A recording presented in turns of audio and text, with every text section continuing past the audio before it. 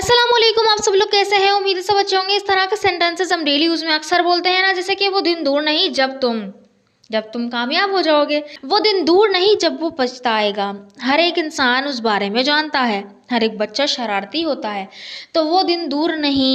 हर एक इंसान, हर एक बच्चा, इस तरह के सेंटेंसेस को बनाने के लिए क्या सेंटेंस स्ट्रक्चर्स यूज होंगे, तो इस वीडियो में हम देख लेते हैं। Let's begin. फर्स्ट जो हमारा स्ट्रक्चर है, यानी कि वो दिन दूर नहीं है के, इसके लिए जो हमारा फ्रेज यूज होगा वो होगा that day is not far. That day is not फार मतलब वो दिन दूर नहीं है कि, व्हेन जब, और फिर सेंटेंस आ जाएगा। जो सेंटेंस होगा, so let's use it in sentences. वो दिन दूर नहीं जब तुम कामयाब हो जाओगे। वो दिन दूर नहीं जब तुम कामयाब हो जाओगे, तो बनेगा that day is not far when you will succeed. तो that day is not far आ गया, वो दिन दूर नहीं, व्हेन जब यू विल सक्सीड, तुम कामयाब हो जाओगे। ठीक है, नेक्स्ट सेंटेंस इज वो दिन दूर नहीं जब तुम डॉक्टर बन जाओगे। वो दिन दूर नहीं जब तुम डॉक्टर बन जाओगे, तो बनेगा that day is not far when you will become a doctor. The day is not far when you will become a doctor. Next sentence, वो दिन दूर नहीं जब हम इस मसले को हल कर लेंगे। वो दिन दूर नहीं जब हम इस मसले को हल कर लेंगे, तो बनेगा the day is not far when we will solve this issue. The day is not far when we will solve this issue. I hope कि आपको ये वाला यूज समझ में आ रहा होगा। नेक्स्ट सेंटेंस देखते हैं, फिर आगे बढ़ते हैं। वो दिन दूर नहीं जब वो तुम्हारा कहना मानेगा।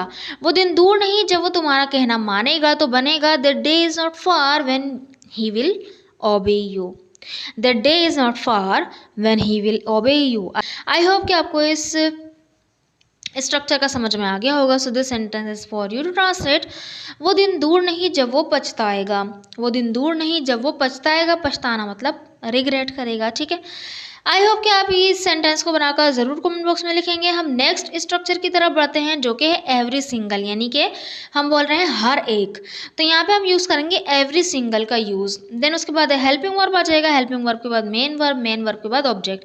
एवरी सिंगल, क्योंकि यहाँ पे एवरी जो है एक इंडेफिनेट प्रोनाउन है, तो इंडेफिनेट प्रोनाउन के साथ तो हमारे जो हेल्पिंग वर्ब और मेन वर्ब होते हैं वो सिंगल वाले लगते हैं। या किस तरह से, हर एक इंसान उस बारे में जानता है। अब देखिए, हर एक इंसान उस बारे में जानता है, तो यहाँ पे जो हर एक इंसान है ना, यहाँ पे हर एक एज सब्जेक्ट यूज हो रहा है, तो बनेगा हर एक मीन्स एवरी सिंगल। और कौन इंसान, तो पर्सन आ गया। Every single person knows about it. तो देखिए, नो में एस लगा, क्योंकि ये हमारा जो एवरी सिंगल है वो सिंगुलर सब्जेक्ट सिंगुलर वर्ब लेगा, तो यहाँ पे सिंगुलर वर्ब लगा knows. Every single person knows about it. Next sentence, तुम्हें हर एक किताब खरीदनी चाहिए। अब तुम्हें हर एक किताब खरीदनी चाहिए। किसको खरीदनी चाहिए? तुम्हें। तो तुम्हें यहाँ पे सब्जेक्ट है, जबकि एवरी सिंगल अब ऑब्जेक्ट पार्ट में आएगा। किस तरह देखें, you should read every single book. You should read every single book. Next sentence is हर एक बच्चा शरारती होता है। यहाँ पे देखें, हर एक यानी जो बच्चा है, शरारती होना जिसके बारे में बता रहे हैं, उसके साथ हर एक आया, तो ये सब्जेक्ट पार्ट में लगेगा। बनेगा every single child is naughty. Every single child is naughty. Next sentence, हर एक इंसान गलती करता है। यहाँ भी हर एक इंसान, यानी ये एक सब्जेक्ट के तौर पे यूज होगा। Every single person makes a mistake. Every single person makes a mistake. I hope कि आपको ये यूज समझ में आ गया होगा एवरी सिंगल का। So this sentence for you to translate. वो हर एक चीज़ बेची जा रही है।